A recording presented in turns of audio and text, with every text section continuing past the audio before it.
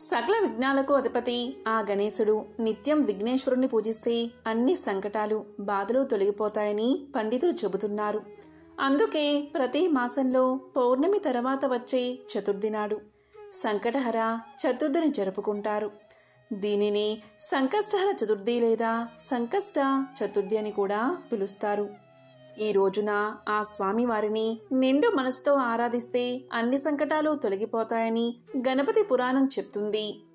ప్రతి నెలలో కృష్ణపక్ష చవితి రోజు సంకష్టహర చతుర్థి వ్రతాన్ని ఆచరిస్తారు. మానవుల కష్టాల నుంచి గట్టెక్కించేది సంకటహర చతుర్థి వ్రతం. గణపతికి అత్యంత ప్రీతిపాత్రమైన తిథుల్లో ప్రధానమైనది చవితి తిథి. అయితే ఈ చవితి లేదా చతుర్థి పూజను రెండు రకాలుగా ఆచరిస్తారు. మొదటిది వరద చతుర్థి, రెండవది సంకష్టహర చతుర్థి. అమావాస్య తర్వాత వచ్చే చతుర్థి రోజున చేసే వ్రతాన్ని వరద చతుర్థి అని, పౌర్ణమి తర్వాత వచ్చే చతుర్థి రోజున చేసే వ్రతాన్ని సంకష్టహర చతుర్థి లేదా సంకటహర చతుర్థి వ్రతము అంటారు. మరి ఎంతో విశేషమైన ఈ సంకష్ట చతుర్థి వ్రత మహత్యాన్ని తెలిపే ఈ కథలను విన్నా, చదివినా, చెప్పినా, వినిపించినా జన్మల పాపాలు తొలగి కోటి జన్మల పుణ్యం వస్తుంది. అన్ని ఆటంకాలు తొలగి ప్రతి పనిలోనూ మీదే విజయం కలుగుతుంది. మరి ఆ కథలేంటో ఇప్పుడు ఈ వీడియోలో తెలుసుకుందాం. ఒకనాడు మహర్షులు కుమారస్వామిని అర్చించి ఆయన ప్రసన్నుడు అయ్యాక ఇలా కోరారు: స్వామి, కలియుగంలో జనులు పాప కార్యాలు చేసి తత్ఫలితంగా రుణ బాధలు, సంతానలేమి, గృహవసతి లేకపోవడం, దీర్ఘ వ్యాధులు, విద్యాభ్యాసం సరిగ్గా సాగకుండా ఉండడం, కావలసినంత ధనం లేకుండా ఉండడం, శత్రుపీడ, పనుల్లో ఆటంకాలు, అభివృద్ధి లేకపోవడం, పాడి పంటలు సరిగ్గా పండకపోవడం, వివాహం కాకపోవడం, దంపతుల మధ్య సయోధ్య లేకపోవడం, చెయ్యని తప్పుకు రాజదండన అనుభవించడం మొదలైన ఎన్నో కష్టాలు అనుభవిస్తున్నారు. ఆ మానసిక క్షోభ తీరి కష్టాలు తీర్చే వ్రతమేదైనా సెలవియ్యండి అని స్కందుణ్ణి అడిగారు. అప్పుడు కుమారస్వామి ప్రసన్నుడై, వ్రతాల్లోకెల్లా అత్యంత శక్తివంతమైన సంకష్టహర చతుర్థి వ్రతాన్ని మీకు ఉపదేశిస్తాను. ఒకానొక కల్పంలో హిమవంతుని కుమార్తె అయిన పార్వతి శివుణ్ణి పతిగా కోరి భక్తితో తపస్సు చేసి ఎంతకూ ఫలితాన్ని పొందక బాధపడుతూ తన పూర్వపు అవతారాలలో తన యందు జన్మించిన హేరంబ గణపతిని స్మరించినప్పుడు ఆ గణపతి ప్రసన్నుడై తల్లికి ఉపదేశించిన వ్రతమిది. ఈ వ్రతాన్ని ఆచరించి ఉమాదేవి పరమేశ్వరుణ్ణి పతిగా పొందింది. ఇప్పుడు ఈ వ్రత విధానం చెప్తాను వినండి అంటూ కుమారస్వామి ఇలా చెప్పడం ప్రారంభించాడు. ఈ వ్రతాన్ని ఏ మాసంలో అయినా బహుళ చతుర్థి నాడు ప్రారంభించాలి. వాటిలోనూ మంగళవారంతో కూడిన కృష్ణ చతుర్థి మరింత ముఖ్యం. దీనిని భౌమ చతుర్థి అని పిలుస్తారు.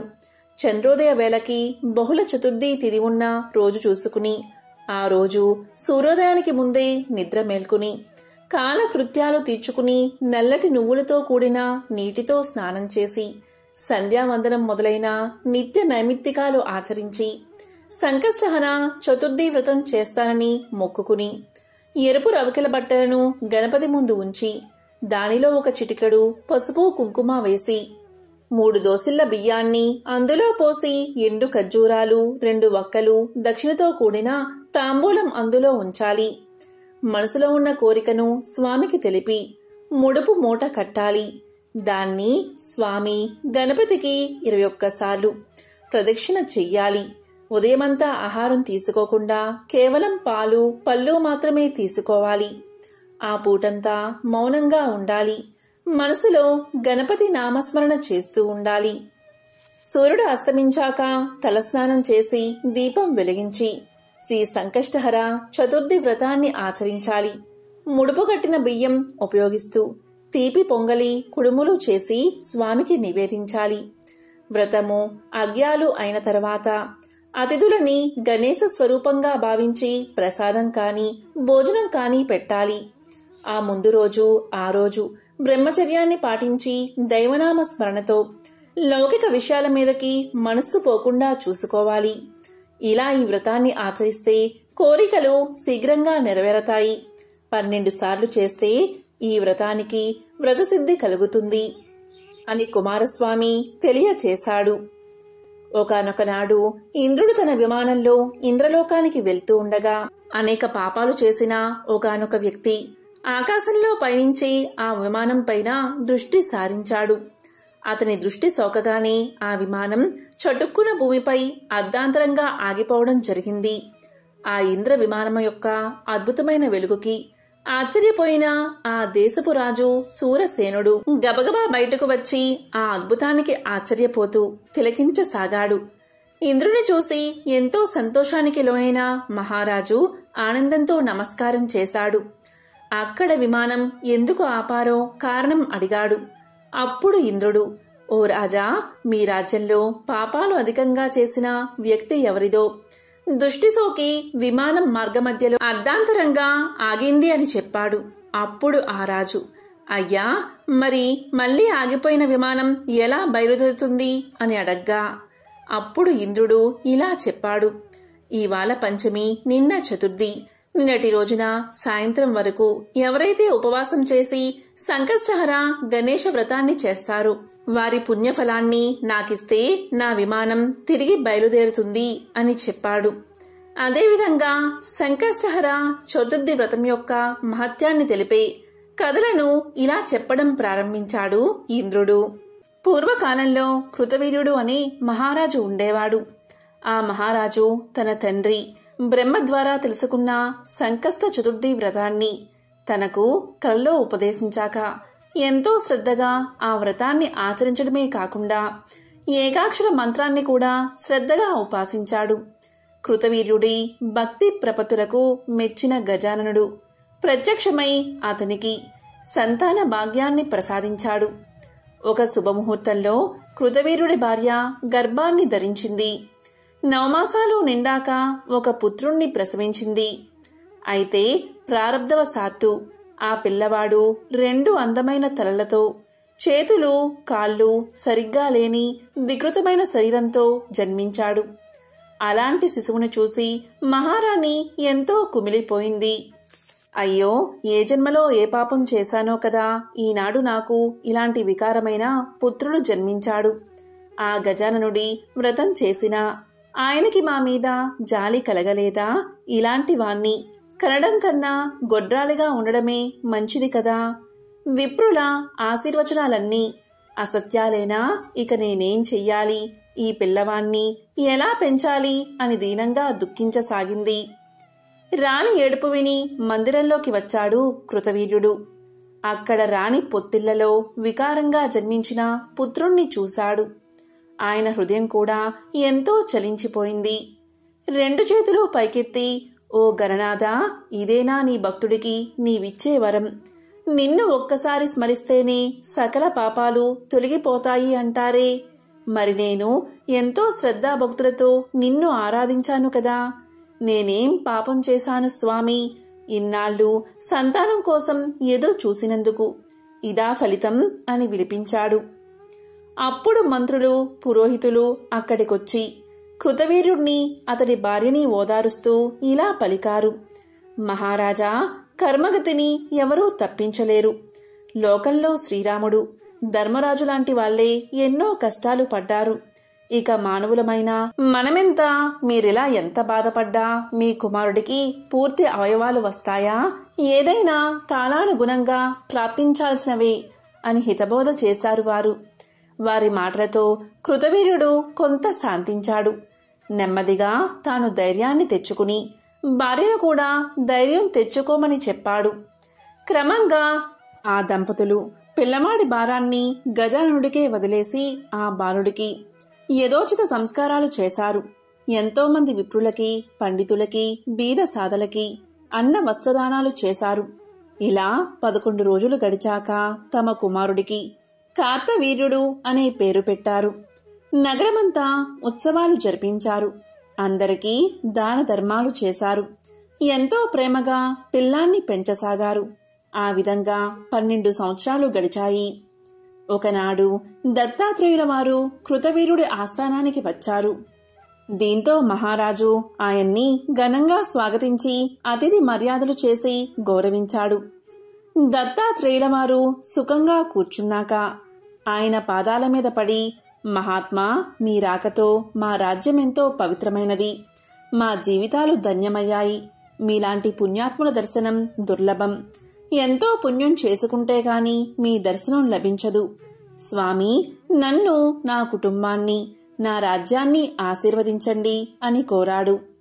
ఇక దత్తాత్రేయుల వారు చిరునవ్వుతో ఇలా పలికారు, రాజా, నేను నీ కుమారుణ్ణి చూద్దామని వచ్చానయ్యా. ఏడి, ఇటు తీసుకురా అని అనగాని కృతవీర్యుడు పరిజనుణ్ణి పంపించి వికలాంగుడైన తన కుమారుణ్ణి దత్తులవారి దగ్గరికి తెప్పించాడు. స్వామి కార్తవీర్యుణ్ణి పరిశీలనగా చూశాడు. అప్పుడు కృతవీర్యుడు, మహానుభావా, నేనెంతో తపించి గణేశుణ్ణి ఆరాధించి ఆయన మంత్రాన్ని కఠోర దీక్షతో ఆచరించాను. ఆ ప్రభువుకి నా మీద దయ కలగలేదో ఏమో, ఇలాంటి అంగవికలుడైన పుత్రుణ్ణి ప్రసాదించాడు. నా దురదృష్టం గురించి ఇంకేం చెప్పను. నాలాంటి అభాగ్యుడు లోకంలో ఇంకెవడూ ఉండడు. దయచేసి నా కుమారుడి అంగవైకల్యం తొలగిపోయే దారి చూపించండి స్వామి, జన్మ జన్మలకి మీకు రుణపడి ఉంటా అని దీనంగా ప్రార్థించాడు. అప్పుడు దత్తాత్రేయుల వారు ఇలా పలికారు, మహారాజా, నీవేం బాధపడకు. ఇప్పుడే నీ కుమారుడి గురించి, అతడి భవిష్యత్తు గురించి ధ్యానంలో చూశాను. నీ పుత్రుడు సామాన్యుడు కాదు, అసమాన పరాక్రమవంతుడుగా ఈ విశ్వంలో ఎంతో పేరు తెచ్చుకుంటాడు. లోకంలో ఉన్న రాజులందరినీ ఓడించి భూమండలానికి సార్వభౌముడు అవుతాడు. ఇక నీ కుమారుడికి అంగవైకల్యం ఎందుకు కలిగింది అంటే, ఆనాడు సంతానం కోరి నీవు సంకష్ట చతుర్థి వ్రతాన్ని ఆచరించే సమయంలో రాత్రిపూట చెయ్యాల్సిన జాగరణ విషయంలో కొంత అశ్రద్ధ చూపావు. శుద్ధ ఆచమనం లాంటి కొన్ని నియమాలను అస్సలు నువ్వు పాటించలేదు. దాంతో వ్రతానికి లోపం కలిగింది. అందుకే నీకిలా అంగవిహీనమైన పుత్రుడు జన్మించాడు అని చెప్పి కృతవీర్యుడి కుమారుణ్ణి దగ్గరకు తీసుకుని అతని చెవిలో సాంగోపాగంగా గణపతి ఏకాక్షర బీజమంత్రాన్ని ఉపదేశించాడు దత్తాత్రేయుడు. నాయనా కార్తవీర్య, నేను ఉపదేశించిన ఈ దివ్య మంత్రాన్ని భక్తిగా ఉపాసించు. ఈ విధంగా ఏకభుక్తంతో 12 సంవత్సరాలు తపస్సు చేస్తే భక్తవరదుడైన గణేశుడు నీకు సాక్షాత్కరిస్తాడు. ఆ మహాదేవుడి దివ్య దృష్టి నీ మీద పడితే చాలు, నీ వికార ఆకారం పోయి దివ్య శరీరాన్ని పొందుతావు అని ఆశీర్వదించి రాజు దగ్గర వీడ్కోలు తీసుకుని వెళ్లిపోయాడు దత్తాత్రేయుడు. కార్తవీర్యుడు తండ్రి దగ్గరకు వెళ్లి, నాన్నగారు, దత్తాత్రేయుల వారు చెప్పినట్టే నేను గజానుడి కోసం తపస్సు చేస్తాను. అందుకు అవసరమైన ఏర్పాట్లు చెయ్యండి అని కోరాడు. అందుకు కృతవీర్యుడు ఎంతో సంతోషించి సమీపంలో ఉన్న అరణ్యంలో ఒక చక్కని ప్రదేశంలో ప్రశాంతమైన ఆశ్రమాన్ని నిర్మింపచేశాడు. తపస్సు నిర్విఘ్నంగా చేసుకోవడానికి తగిన ఏర్పాట్లు చేసి సేవకుల ద్వారా తన కుమారుణ్ణి ఆ ఆశ్రమానికి చేర్చాడు. అలా ఆశ్రమం చేరిన కార్తవీర్యుడు ఒక శుభముహూర్తంలో దత్తులవారు ఉపదేశించిన మంత్రాన్ని శ్రద్ధగా ఉపాసించడం ప్రారంభించాడు. కఠోరమైన దీక్షతో కార్తవీర్యుడి తపస్సు సాగిపోతుంది. ఎండకి, వానకి, చలికి చలించకుండా అలాగే గణేశ మంత్రాన్ని ధ్యానిస్తున్నాడు. క్రమంగా 12 సంవత్సరాలు గడిచిపోయాయి. ఒక శుభముహూర్తంలో కార్తవీర్యుడు తపస్సు చేస్తున్న ప్రదేశానికి ఎదురుగా ఉన్న సరోవరం నుంచి ఎర్రటి పగడంలాంటి వర్ణంతో ప్రకాశిస్తూ గజాననుడు ప్రత్యక్షమయ్యాడు. మృదు మధురమైన స్వరంతో ఇలా పలికాడు, నాయనా కార్తవీర్య, నీ కఠోర తపస్సుకి మెచ్చాను. క్రూర మృగాలు సంచరించే ఈ భయంకరమైన అడవిలో ఏమాత్రం భయపడకుండా 12 సంవత్సరాలు దీక్షగా తపస్సు చేశావు. నీకు వరాలు ఇవ్వడానికే వచ్చాను. ఏం కావాలో కోరుకో అన్నాడు గజాననుడు. గజానుడి దివ్యస్వరం ధ్యాననిష్టలో ఉన్న కార్తవీర్యుడికి వినిపించింది. నెమ్మదిగా కళ్ళు తెరిచాడు. ఎదురుగా కనిపించిన గజానుడి పాదాల మీద పడిపోయాడు. తన కన్నీటితో ఆయన పాదాలు కడిగాడు. దేవాదిదేవా గణనాథ, నీ దివ్య పాద పద్మాల మీద నాకు స్థిరమైన భక్తిని ప్రసాదించు. ఇక నాకు ఏ కోరిక లేదు అయితే నా వికృత రూపాన్ని చూసి నా తల్లిదండ్రులు ఎంతగానో కుమిలిపోతున్నారు. వారి సంతోషం కోసం నాకు అందరిలాంటి శరీరాన్ని అనుగ్రహించు అని పలికాడు. అతని మాటలకు నవ్వుకున్న గజాననుడు వెంటనే సూక్ష్మ రూపాన్ని ధరించి కార్తవీర్యుడి ఉదరంలోకి ప్రవేశించాడు. అలా స్వామి ప్రవేశించిన వెంటనే కార్తవీర్యుడికి అంగవైకల్యం తొలగిపోయి దివ్య దేహం ప్రాప్తించింది. నవయువకుడిలా మారిపోయాడు. 2 చేతుల స్థానంలో 1000 చేతులు వచ్చాయి. ధీరుడిగా నిలబడ్డ ఆ కార్తవీర్యుణ్ణి చూసి దేవతలంతా ఆశ్చర్యపోయి పూలమాల కురిపించారు. ఆ విధంగా గణేశ వర ప్రభావంతో మహాబలవంతుడైన కార్తవీర్యుడు ఉత్సాహంతో దిక్కులన్నీ అదిరిపోయేలా ఒక్కసారి సింహనాదం చేశాడు. ఆ ధ్వనికి సమస్త రాజలోకం గడగడలాడిపోయింది. లోకాలన్నీ ఉలిక్కి పడ్డాయి. ఒకేసారి 500 బాణాల్ని ప్రయోగించగల సామర్థ్యం కార్తవీర్యుడికి కలిగింది. కార్తవీర్యుడి సహా బాహువుల్ని దర్శించి ఆశ్చర్యపడిన దేవతలంతా కిందకి దిగి గణేశ వరప్రసాదుడైన అతనితో ఇలా పలికారు. కార్తవీర్య, నీవెంతో గొప్పవాడివి. నీకెక్కడా తిరుగులేదు. నిన్ను స్మరిస్తే చాలు పోయిన వస్తువులు, ద్రవ్యం తిరిగి దొరుకుతాయి. సకల లోకవాసుల బాధల్ని తొలగించగలిగే సామర్థ్యం నీకు లభిస్తుంది. ఈ కల్పాంతం వరకు నీవు జీవిస్తావు అని దీవించి తిరిగి వెళ్లిపోయారు దేవతలు. ఇక కార్తవీర్యుడి ప్రతిభా విశేషాలు భూలోకంలో ఉన్న రాజులందరికీ తెలిసింది. అందరూ తమంత తామే ఆయన దగ్గరకు వచ్చి సామంతులుగా ప్రకటించుకున్నారు. ఎన్నో విలువైన కానుకలు సమర్పించారు. తరువాత కార్తవీర్యుడు తన దగ్గర పోగైన సంపదతో తాను తపస్సు చేసిన ప్రాంతంలో అందమైన గణపతి విగ్రహాన్ని ప్రతిష్ఠించాడు. తాను ప్రతిష్ఠించిన స్వామికి ప్రమాణ గణపతి అన్న పేరు పెట్టి నిత్యం భక్తి శ్రద్ధలతో అర్చించసాగాడు. నాటి నుంచి ఆ దివ్యక్షేత్రం ప్రమాణ క్షేత్రం అనే పేరుతో సుప్రసిద్ధమైంది. ఆ క్షేత్రంలో చేసే తపస్సు సద్యో ఫలితాల్ని ఇస్తుంది. అక్కడే పూర్వం ఆదిశేషుడు భూభారాన్ని మోసే సామర్థ్యాన్ని, సర్వజ్ఞత్వాన్ని 1000 పడగల్ని గణేశుడి అనుగ్రహంతో పొందాడు. ఆ విధంగా తనకు వరాలు లభించిన ఈ క్షేత్రం మీద ప్రేమతో అక్కడికి వచ్చి తాను కూడా ఒక గణపతి ప్రతిమని స్థాపించాడు. ఆ మూర్తికి ధరణీధరుడు అనే పేరు. ఈ ధరణీధర మూర్తిని స్మరించిన వారికి సకల కార్యసిద్ధి కలుగుతుంది. కొంతకాలం తర్వాత కార్తవీర్యుడు తల్లిదండ్రుల్ని చూడడానికి 1000 బాహువులతో తన రాజ్యాన్ని చేరుకున్నాడు. అంగవైకల్యంతో వెళ్లిన కుమారుడు సహస్ర బాహువులతో మహాబలవంతుడిగా తిరిగి వచ్చేసరికి ఆ రాజదంపతులు ఎంతో ఉప్పొంగిపోయారు. ఆ రోజు రాజ్యమంతా ఘనంగా ఉత్సవాలు జరిపించారు. అడిగిన వారికి, అడగని వారికి విరివిగా దానాలు చేశారు. వారి ఆనందానికి అవధులు లేకుండా పోయాయి. తమకింత భాగ్యాన్ని ప్రసాదించిన దత్తాత్రేయుల వారికి, గజానుడికి హృదయపూర్వకంగా మనసులోని కృతజ్ఞతలు తెలుపుకున్నారు. రాజ్యంలో ఉన్న వేద పండితులు, పురోహితులందరూ విచ్చేసి కార్తవీర్యుణ్ణి, అతడి తల్లిదండ్రుల్ని సమంత్రకంగా ఆశీర్వదించారు. ఈ విధంగా ఇంద్రుడు సురసేన మహారాజుతో ఇలా అన్నాడు. సురసేన మహారాజా, విన్నావు కదా సంకష్టహర చతుర్థి మహిమ ఎంత గొప్పదో. ఈ వ్రత మహత్యం గురించి పూర్తిగా చెప్పడం సృష్టిలో ఎవరికీ సాధ్యం కాదు. సకల మానవాళికి మేలు కలిగించే ఈ వ్రతం కృతవీరుడి ద్వారానే ఈ లోకానికి తీసుకురాబడింది. ఇదెంతో పవిత్రమైనది. ఈ వ్రతం గురించి స్మరిస్తే చాలు సకల పాపాలు నశించిపోతాయి. ఈ వ్రతాన్ని చేయడం వల్లే రావణుడు మహావీరుడయ్యాడు. పాండవులు దీన్ని ఆచరించే కోల్పోయిన తమ రాజ్యాన్ని తిరిగి పొందారు. ఇక నీవు మా విమానం పైకెగిరే మార్గం చూడు అన్నాడు ఇంద్రుడు.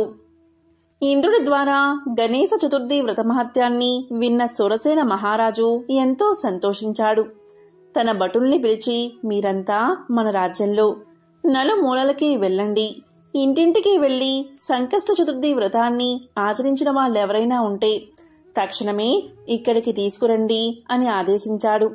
వెంటనే రాజభటులు నగరంలోకి వెళ్లారు. ప్రతి ఇంటికి వెళ్లి ఆ ఇంట్లో ఎవరైనా చతుర్థి వ్రతాన్ని ఆచరించారా అని విచారించసాగారు. ఆ విధంగా తిరుగుతూ ఉన్న వారి కళ్ళకి ఒక ఇంటి దగ్గర దివ్య విమానం ఆగి కనిపించింది. అది చూసి ఆశ్చర్యపోయి ఆ ఇంటి దగ్గరకు వెళ్లారు రాజభటులు. ఆ ఇంట్లో వాళ్లంతా కుష్టు వ్యాధితో పీడింపబడుతూ గాయాల నుంచి రసికారుతూ ఉన్న ఒక చండాలి స్త్రీ వారికి కనిపించింది. ఆ స్త్రీని తీసుకువెళ్లడానికే ఆ దివ్య విమానం వచ్చింది అన్న విషయాన్ని విమానం నుంచి దిగిన గణేశ దూతలు రాజభటులకు చెప్పారు. రాజభటులకి ఈ వింత ఏమిటో అర్థం కాలేదు.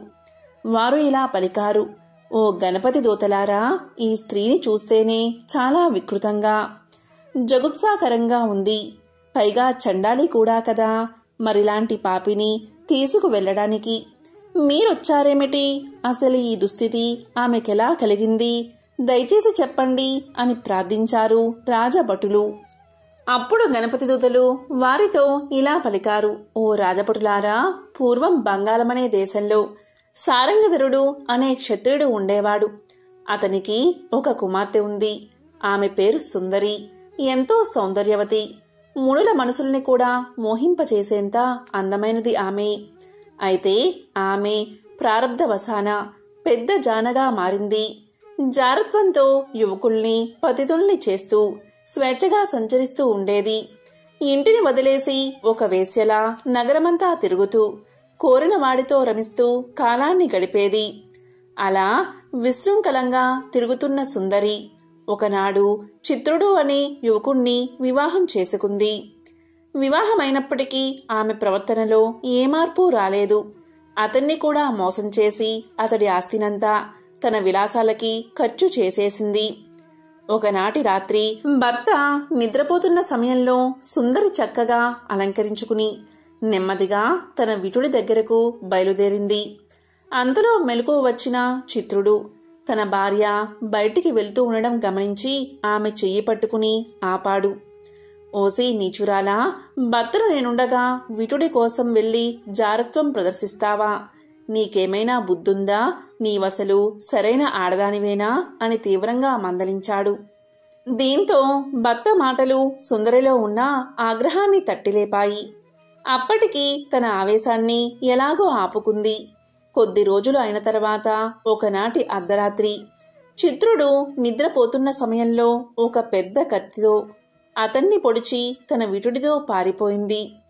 మర్నాడు ఉదయం ఈ విషయాన్ని ఇరుగు పొరుగువారు తెలుసుకుని చిత్రుడి దీనస్థితికి జాలిపడి వారే అతనికి అంత్యక్రియలు చేయించారు.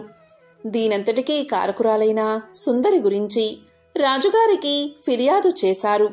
రాజు వెంటనే ఆమెను పట్టుకుని బంధించి తెమ్మని భటుల్ని పంపగా వారు దారి కాచి ఒకనాడు సుందరిని బంధించి రాజు ముందు నిలబెట్టారు. ఇక మహారాజు ఆమె చేసిన పాపాలకి మరణశిక్ష విధించాడు. భటులు వెంటనే దాన్ని అమలు చేశారు. సుందరి మరణించగానే యమదూతలు వచ్చి ఆమెను ఈడ్చుకుపోయి నరకలోకంలో పడేశారు. ఆ నరకంలో ఎన్నో రకాల యాతనలు పడుతూ తాను చేసిన తప్పుల్ని గుర్తు తెచ్చుకుంటూ ఎంతో దుఃఖించింది సుందరి. అలా నరకంలో ఒక కల్పాంతం వరకు శిక్షలు అనుభవించిన ఆమె తిరిగి ఒక చండాల స్త్రీగా కుష్టు వ్యాధితో మీ రాజ్యంలో జన్మించింది. ఒకనాడి చండాలి బాగా మద్యం తాగి మతి తప్పి భిక్షాటన కోసం ఇల్లిల్లు తిరుగుతూ చంద్రోదయ సమయానికి సంకష్ట చతుర్థి వ్రతం చేస్తున్న ఒకడి ఇంటి దగ్గరకు వెళ్ళింది. అక్కడ వారు పెట్టిన గణేశుడి ప్రసాదాన్ని భుజించింది. ఆ సమయంలో గణేశుణ్ణి మనసారా స్మరించింది. ఆనాడు ఈమె చేసిన పుణ్యం కారణంగాని గణేశ లోకానికి వెళ్లే అర్హత సంపాదించుకుంది. అందుకే ఈమెని సశరీరంగా తీసుకువెళ్లడానికి వచ్చాం అన్నారు గణేశ దూతలు. ఈ కథనంతా విన్న రాజభటులు తమ రాజు తమని ఎందుకు పంపింది, ఇంద్రుడి విమానం ఎలా కూలిపోయిందో, అది తిరిగి పైకి లేవాలంటే ఏం చెయ్యాలి అన్న విషయాన్ని మొత్తం గణపతి దూతలకు చెప్పి, ఓ గణేశ దూతలారా, మా ప్రభువు ఇంద్రుల వారికి మాటిచ్చాడు. ఇంద్రుడు కూడా దేవలోక ప్రభువే కదా.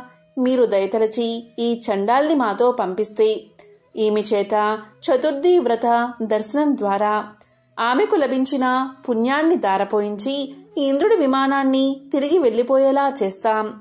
దయచేసి మా మాట మన్నించండి అని కోరారు. అప్పుడు గణపతి దూతలు ఇలా పలికారు, ఓ రాజభటులారా, ఈమెను మీతో పంపడం కుదరదు. అందుకు మా ప్రభువు అనుమతి లేదు. ఇక మీరు వెళ్ళొచ్చు అంటూ ఆ చండాల స్త్రీని నెమ్మదిగా తమ విమానం ఎక్కించారు.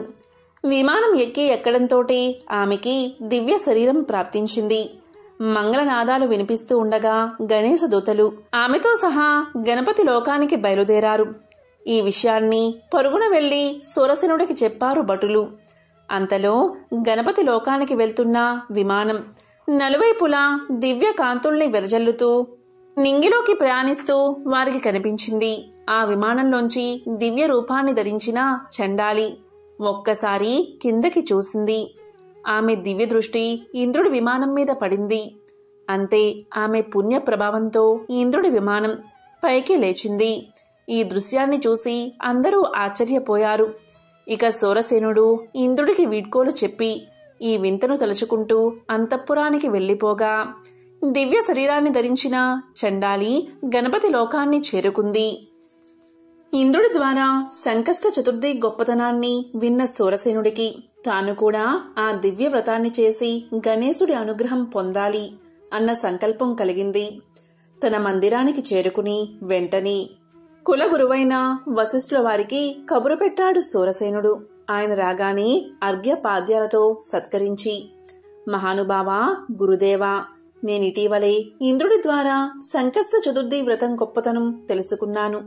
దయచేసి తమరు మంచి ముహూర్తం నిర్ణయించండి. నాకు కూడా ఆ వ్రతాన్ని చెయ్యాలని ఉంది అని కోరాడు సూరసేనుడు. వశిష్ఠుడు ప్రశాంతంగా ఇలా పలికాడు, మహారాజా, వచ్చే మాఘమాసంలో బహుళ పక్షంలో వచ్చే చతుర్థి ఎంతో విశేషమైనది. ఎందుకంటే ఆ రోజు మంగళవారం కూడా కలిసి వచ్చింది. ఆ రోజు కనుక నీవు వ్రతాన్ని చేస్తే నీవనుకున్న సంకల్పాలన్నీ నెరవేరతాయి అని చెప్పి ఆశీర్వదించి వెళ్ళిపోయాడు. ఇక సూరసేనుడు వశిష్ఠుడు చెప్పినట్లుగానే మాఘమాస కృష్ణపక్ష అంగారక చతుర్థి నాడు సకల సంబారాలతో అత్యంత వైభవంగా సంకష్టహర చతుర్థి వ్రతాన్ని ఆచరించాడు. వ్రతం తర్వాత యథావిధిగా విప్రులకి భోజన తాంబూలాల్ని దక్షిణ్ణి సమర్పించి వారిద్దరినీ సంతృప్తిపరిచాడు. గణపతికి చంద్రుడికి అర్ఘ్యాలు ఇచ్చి విప్రులందరి భోజనాలు ముగిశాక తాను బంధుమిత్రులతో కలిసి భోజనం చేశాడు. ఆ సందర్భంగా 10,000 గోవుల్ని దానం చేశాడు. ఆ రాత్రంతా వినాయక వ్రత కథల్ని, చతుర్థి వ్రత మహత్యం గురించి వింటూ తెల్లవారు గణేశ భజనతో జాగారం చేశాడు. మర్నాడు ఉదయం యథావిధిగా గణపతికి షోడశోపచార పూజ చేసి తాను పూజించిన బంగారు గణపతి ప్రతిమని ఎర్రటి పట్టు వస్త్రంతో సహా కులగురువైన వశిష్ఠుల వారికి వాయనం ఇచ్చాడు. ఈ విధంగా శాస్త్రోక్తంగా వ్రతాన్ని ఆచరించడంతో గణపతి సంతోషించి అతని కోసం దివ్య విమానాన్ని పంపించాడు. విమానం సరాసరి వచ్చి సూరసేనుడి ముందు ఆగింది. అందులోంచి దిగిన గణపతి దూతలు, సూరసేన, నీ పుణ్యం ఫలించింది. గజాననుడు నిన్ను సశరీరంగా తన దగ్గరకు తీసుకురమ్మని మమ్మల్ని పంపించాడు అని అన్నారు. వారి మాటలు వినగానే సూరసేనుడికి ఆనందంతో నోట మాట రాలేదు. గణేశుడి అనుగ్రహానికి మురిసిపోయాడు. ఓ గణనాథ దూతలారా, ఈ రోజు నా జన్మ ధన్యమైనది. సకల దేవతలతో ఆరాధించబడే గజాననుడు నా కోసం విమానం పంపించాడు అంటే నేనెంత ధన్యున్నో కదా. అయ్యా, నాదొక చిన్న విన్నపం. నా ప్రజలు నాకు కన్న బిడ్డల్లాంటి వాళ్ళు కూడా నన్ను కన్న తండ్రిలా భావిస్తారు. నాకేదైనా చిన్న కష్టం వస్తే తల్లడిల్లిపోతారు. నా కోసం నిద్రాహారాలు మాని ఉపవాసం ఉంటారు. అలాంటి నా ప్రజల్ని వదిలేసి నేనొక్కడ్నే మీతో రావడం ధర్మం కాదు. దయచేసి వారిని కూడా నాతో వచ్చేందుకు అనుమతించండి అని కోరాడు సూరసేన మహారాజు. సూరసేన, మా ప్రభువు నిన్ను మాత్రమే తీసుకురమ్మన్నాడు. అయితే నీవింత నిస్వార్థంగా ప్రజాక్షేమం కోసం అడుగుతున్నావు కనుక కాదనలేకపోతున్నా. మా ప్రభువు ఆగ్రహిస్తే సహిస్తామని చెప్పి అతనితో పాటు రాజ్యంలోని ప్రజల్ని కూడా విమానం ఎక్కించారు. అది సామాన్యమైన విమానం కాదు. ఎంతమంది ఎక్కినా మరొకరికి చోటు సరిపోయే దివ్య విమానం. గణపతిలోక విమానాన్ని ఎక్కగానే ప్రజలందరికీ అందరికీ దివ్య శరీరాలు వచ్చేశాయి. అందమైన వస్త్రాల్ని, ఆభరణాల్ని పొందిన వారంతా ఆహా, ఏమి మా భాగ్యం అని పొంగిపోయారు. ఇదంతా మన మహారాజుగారి దయే, అందుకే మనకి భాగ్యం పట్టింది అని ఉప్పొంగిపోతూ సూరసేనుణ్ణి గొప్పగా కొనియాడారు. ఆ సమయంలో గణపతి దూతలు విమానాన్ని పైకి లేపడానికి ప్రయత్నించారు. అయితే అది నేల మీద నుంచి ఒక్క అంగుళం కూడా పైకి లేవలేదు. కారణం ఏమిటా అని విమానమంతా పరిశీలించగా అందులోకి ఒక కుష్ఠరోగి ఎక్కాడు. అప్పుడు ప్రజలంతా రాజుతో, మహారాజా, ఆ రోగిని దింపేస్తే విమానం పైకి ఎగురుతుంది, మీరు అనుమతి ఇస్తే దింపేస్తామని అభ్యర్థించారు. గణపతి దూతలు కూడా అది నిజమేనని చెప్పి కుష్ఠరోగిని దింపాలని ప్రయత్నం చేశారు. అప్పుడు సూరసేనుడు ఇలా పలికాడు. గణనాథుడి దూతలతో ఇలా అన్నాడు, ఈ దీనుణ్ణి వదిలి నేను మీతో రాలేను. దయచేసి మీరంతా మా ఇద్దరినీ వదిలేసి వెళ్ళిపోండి. లేదా ఈ కుష్ఠరోగి ఎవరు, అతడికి రోగం ఎందుకొచ్చింది, ఏం చేస్తే అది తొలగిపోతుంది అన్న విషయాలు చెప్పి పుణ్యం కట్టుకోండి అని ప్రార్థించాడు. ఇక సూరసేనుడి అభ్యర్థన విన్న గణపతి దూతలు అతడి ధర్మగుణానికి మెచ్చుకుని విమానంలోని కుష్ఠు వ్యాధిగ్రస్తుడి వృత్తాంతాన్ని ఇలా వివరించారు. ఓ మహారాజా, ఈ వ్యాధిగ్రస్తుడు పూర్వజన్మలో గౌడ దేశంలోని ఒక నగరంలో ఉత్తమ కులంలో జన్మించాడు. అతని తల్లి పేరు సాకిని, తండ్రి దుర్వాడు అనేవాడు. లేకలేక కలిగిన తమ బిడ్డకి బుధుడు అనే పేరు పెట్టుకున్నారు. ఒక్కగానొక్క పుత్రుడు అవడంతో ఆ తల్లిదండ్రులు అతన్ని ఎంతో గారాబంగా పెంచారు. అతి గారాబం వల్ల బుధుడు దుర్వ్యసనాలకు లోనయ్యాడు. యుక్త వయసు రాగానే అతనికి సావిత్రి అనే అందమైన కన్యతో వివాహం జరిపించారు.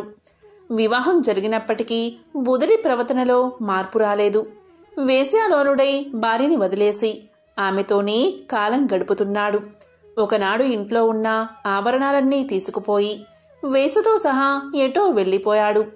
కడుపు తీపి చంపుకోలేక ఆ దంపతులిద్దరూ కొడుకు కోసం నగరమంతా వెతకడం ప్రారంభించారు. దారిన పోయే వాళ్ళందరినీ అడుగుతూ తిండి తిప్పలు మాని పిచ్చివాళ్ళలా తిరుగుతున్నారు. ఒకనాడు వారికి దారిలో భీముడు అనేవాడు ఎదురై, అయ్యా, నా పేరు భీముడు. మీరు మీ కుమారుడు బుధుడు నాకు తెలుసు. వాడిప్పుడు ఒక వేసవల్లో చిక్కుకుపోయాడు. అందరినీ వదిలేసి ఆమెతోనే జీవిస్తున్నాడు. అలాంటి వాడి గురించి మీరెందుకు బాధపడుతున్నారు? మీరిలా తిరగడం వ్యర్థం. ఇంటికి వెళ్ళిపోండి, వాడు మీతో రానేరాడు అని చెప్పాడు. ఆ మాటలు వినగానే దూరుడికి ఆగ్రహం వచ్చింది. భార్యని ఇంటికి పంపించి ఆ వేశ్యాగృహం ఎక్కడుందో తెలుసుకుని అక్కడికి వెళ్ళాడు. లోపలికి వెళ్లి చూసేసరికి బుధుడు హాయిగా వేశ్యతో కలిసి మద్యం సేవిస్తూ సరస సల్లాపాలు ఆడుతున్నాడు.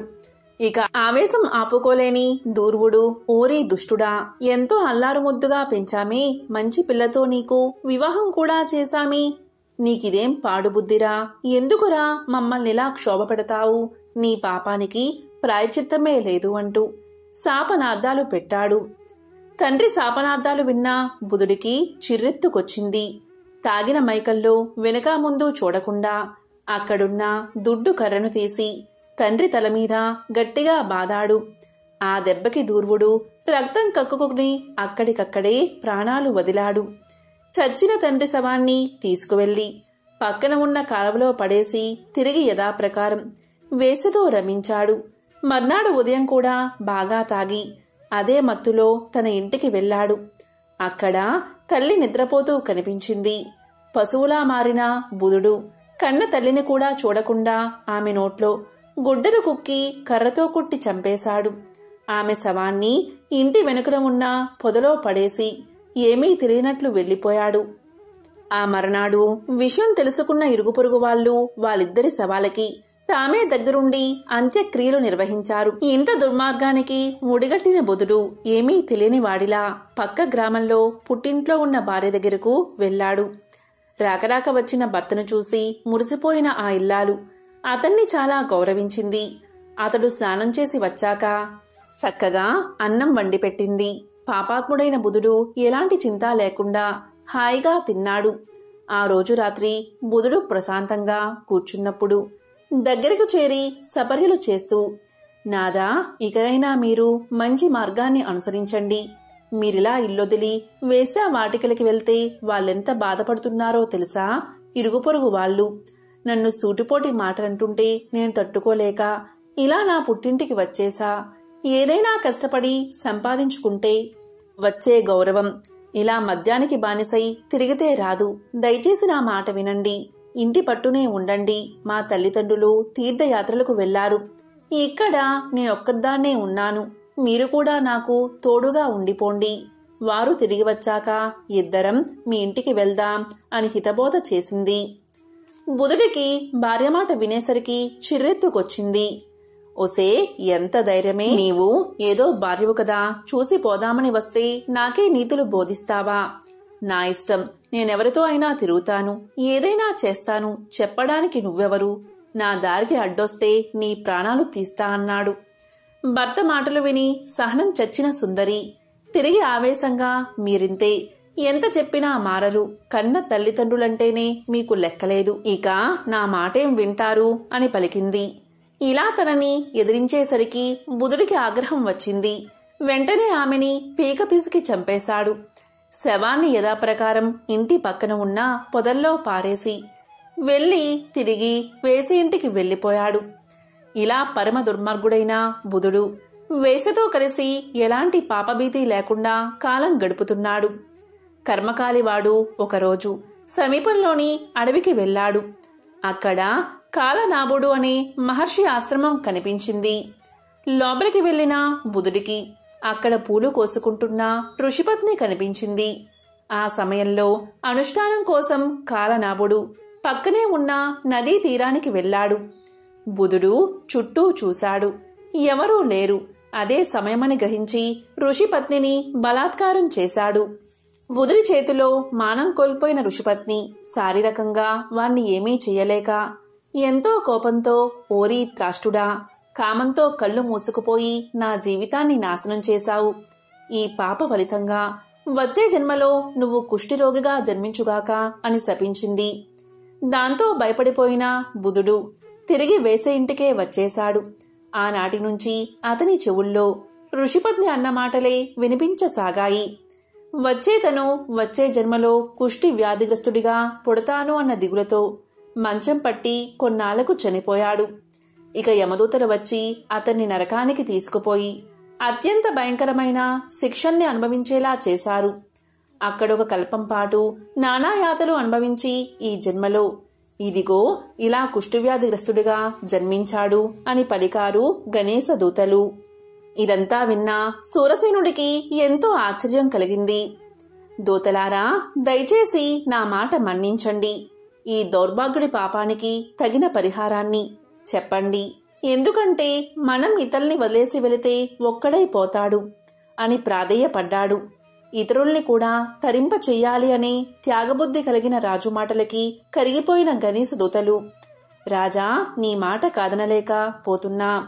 ఈ నికృష్టుడి పాపం పోవాలి అంటే గణేశుడి 4 అక్షరాల దివ్యనామాన్ని నీలాంటి ఉపాసకుడు వాడి చెవులు పఠిస్తే ఆ దివ్యనామ శ్రవణంతో వాడు చేసిన మహాపాపాలన్నీ నశించిపోతాయి అని చెప్పారు. ఇక సూరసేనుడు ఎంతో సంతోషించి వెంటనే ఆ కుష్ఠరోగి దగ్గరకు వెళ్లి అతని చెవిలో గజానన అనే 4 అక్షరాల గణపతి నామాన్ని పఠించాడు. మహిమాన్వితమైన గజానన నామం వినగాని ఆ కుష్ఠరోగి చేసిన పాపాలన్నీ నశించిపోయాయి. అందరూ ఆశ్చర్యంగా చూస్తూ ఉండగా అతడి శరీరం మీదున్న పుల్లన్నీ మాడిపోయి దివ్య శరీరం ప్రాప్తించింది. అందమైన యువకుడిగా మారిపోయాడు. మహారాజు ఎంతో సంతోషించాడు. అప్పుడు గణపతి దూతలు సునాయాసంగా విమానాన్ని పైకి లేపగా అందరూ కలిసి గణేశ లోకానికి చేరుకున్నారు. ప్రళయకాలంలో శ్రీ మహావిష్ణువు నాభి నుంచి వచ్చిన తామర పువ్వుపై బ్రహ్మ అవతరించాడు. ప్రళయం అనంతరం విష్ణువు మేల్కొని జీవన సృష్టి కార్యకలాపాన్ని ప్రారంభించమని తన కొడుకైన బ్రహ్మను ఆదేశించాడు. బ్రహ్మ సృష్టి ఆరంభించాడు. కానీ అంతా వక్రంగా ఉంది. అప్పటికి ఎన్నో కల్పాలలో సృష్టి చేస్తూ వస్తున్న బ్రహ్మకు ఈ పరిణామం ఆశ్చర్యాన్ని కలిగించింది. ఆలోచనలో పడ్డాడు బ్రహ్మ. అప్పుడు నారదుడు కార్యక్రమం ఆరంభానికి ముందు వినాయక పూజ చేయనందువల్లే ఈ వైకల్పికం వచ్చిందని గణేశ అర్చనం చేయమని బ్రహ్మకు బోధించాడు. ఇక బ్రహ్మ వినాయకుడి కోసం కఠోర తపస్సు చేశాడు. ప్రత్యక్షమైన వినాయకుడు బ్రహ్మ ఆంతర్యాన్ని గ్రహించి జ్ఞానం, క్రియలు అనే శక్తులను ఉపాసించమని బోధించాడు. బ్రహ్మ ఆ ఉపాసన చేశాడు. అప్పుడు ఆ రెండు శక్తులు సిద్ధి, బుద్ధి అనే రూపాలతో ప్రత్యక్షం అయ్యాయి. బ్రహ్మ కోరిక మేరకు వారిరువురు ఆయన కుమార్తెలుగా జన్మించారు. ఆ తరువాత బ్రహ్మ చేసిన సృష్టి సక్రమంగా కొనసాగింది. సిద్ధి, బుద్ధులు యవ్వనవతులు అయ్యారు. వారి వివాహం చెయ్యాలని బ్రహ్మ సంకల్పించాడు. ఈలోగా నారదుడు కథ నడిపి సిద్ధి, బుద్ధులు గణేశుణ్ణి కోరుతున్నారని ఆయనకు చెప్పాడు. వినాయకుడు అంగీకరించాడు. తరువాత గణేశుడు మిమ్మల్ని కోరుతున్నాడు అని సిద్ధి, బుద్ధులకు చెప్పాడు. ఇలా బ్రహ్మ సమక్షంలో వినాయకుడి పెళ్లి జరిగింది. నూతన వధూవరులను ఆశీర్వదించి నారదుడు వినాయకుడి వైపు ఆశ్చర్యంగా చూశాడు. అతని ఆంతర్యాన్ని గ్రహించిన వినాయకుడు, నారదా, మా మధ్య కలహం వస్తుందని నీవు భావించావు. ఈ సిద్ధి, బుద్ధి ఎవరో కాదు, నా ఆంతరంగిక శక్తులైన జ్ఞానము, క్రియ. అందుకే మేము మళ్ళీ ఒకటయ్యాం. నీ కలహ చింతన లోకోపకారమైంది. భవిష్యత్ మానవుడు సిద్ధి, బుద్ధి సమేతుడైన నన్ను ఆరాధిస్తే వారికి సమస్త విఘ్నాలు తొలగి సుఖశాంతులు కలుగుతాయని చెప్పాడు వినాయకుడు. విఘ్నేశ్వరుడి వివాహానికి సంబంధించిన మరొక చిత్రమైన కథను ఇప్పుడు విందాం. మీరు ఎన్నడైనా వినాయకుడి పెళ్లి గురించి విన్నారా? వినాయకుడి తమ్ముడు సుబ్రహ్మణ్యం చాలా అందంగా ఉంటాడు. అన్నకంటే ముందు తమ్ముడి పెళ్లే కుదిరింది. అంగరంగ వైభోగంగా జరిగింది పెళ్లి. ఎక్కడెక్కడో దేవతలో సుబ్రహ్మణ్యుడి పెళ్లికి విచ్చేశారు. దాన్ని చూసిన తర్వాత వినాయకుడికి అనిపించింది తనకు పెళ్ళైతే బావుంటుంది కదా అని. పెళ్లి హడావుడి తగ్గే వరకు ఆగి తరువాత అమ్మ పార్వతి ఖాళీగా కూర్చున్నప్పుడు ఆమె దగ్గరకు వెళ్లి నిలబడ్డాడు వినాయకుడు. ఇలా పలికాడు, అమ్మా, తమ్ముడి పెళ్లి చేశావు కదా, మరి నా పెళ్లి ఎప్పుడు చేస్తావు అని అడిగేశాడు. దీనికి పార్వతీదేవి దిగాలుగా తన ముద్దుల పెద్ద కొడుకు వైపు చూసింది. లోలోపలే బాధపడింది. చిన్నవాడు సుబ్రహ్మణ్యుడేమో ఎంతో అందంగా ఉంటాడాయే, దాంతో వాళ్లు పిలిచి పిల్లను ఇచ్చారు. మరి నువ్వేమో ఏనుగు తలతో పొడవాటి తొండంతో ఉంటివాయే. పోనీలే అంటే మేం ఎంత చెప్పినా వినక అందరూ పెట్టిన కుడుములు, ఉండ్రాళ్ళు, వడపప్పు తిని అందరూ పోసిన పానకం తాగి తాగి బొజ్జ పెంచావాయే. నీకు పిల్లనిస్తామని ఇప్పుడు ఎవరు ముందుకు రావట్లేదు కదా నాన్నా అని మనసులోనే బాధపడింది. అయినా ఈ సంగతి పిల్లవాడికి ఎలా చెబుతుంది? చిన్న బుచ్చుకుంటాడు కదా. అందుకని పైకి ఏమంది అంటే, బాబూ, నువ్వెళ్ళి పెళ్లి కూతురి కోసం ఒక కొత్త కోక, మంగళసూత్రాలు పట్టుకురా నాయనా, నేనేమో ఈలోగా పిల్లను చూస్తాను అని బుజ్జగించి పంపేసి ఊపిరి పీల్చుకుంది. అమ్మయ్యా, ఇప్పటికైతే సమస్య తప్పింది అనుకుంటూ. అయితే వినాయకుడికి ఇదేమీ తెలియదు కదా. వెంటనే ఆనందంగా తన ఎలుక వాహనమెక్కి భూలోకానికి వచ్చేశాడు. వచ్చి అలసిపోయి ఒక చెట్టు కిందున్న అరుగు మీద కూర్చున్నాడు. ఆ అరుగు చుట్టూతా ఏవేవో గింజలు పడి ఉన్నాయట. ఆ సమయంలో అక్కడి గింజలు ఏరుకు తినేందుకు అక్కడికి ఒక కోడిపుంజు వచ్చింది. వినాయకుడు దాన్ని చూసి, ఓ కోడిపుంజు, ఒకసారి ఇలారా అని పిలవగానే నన్ను పేరు పెట్టి పిలుస్తున్నారు ఎవరా అని దగ్గరకొచ్చింది కోడిపుంజు. చూడగా అక్కడ అరుగు మీద వినాయకుడు కూర్చుని ఉన్నాడు.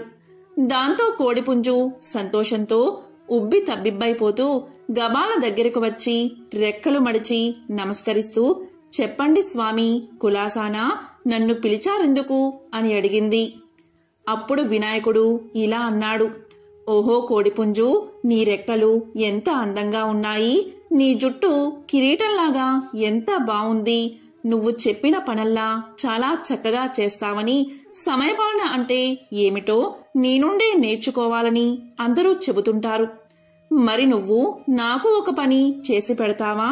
చకచకా వెళ్ళి నాకో కొత్త కోక తెచ్చిపెట్టు, మా అమ్మ నాకు పెళ్లి చేస్తుందట అన్నాడు.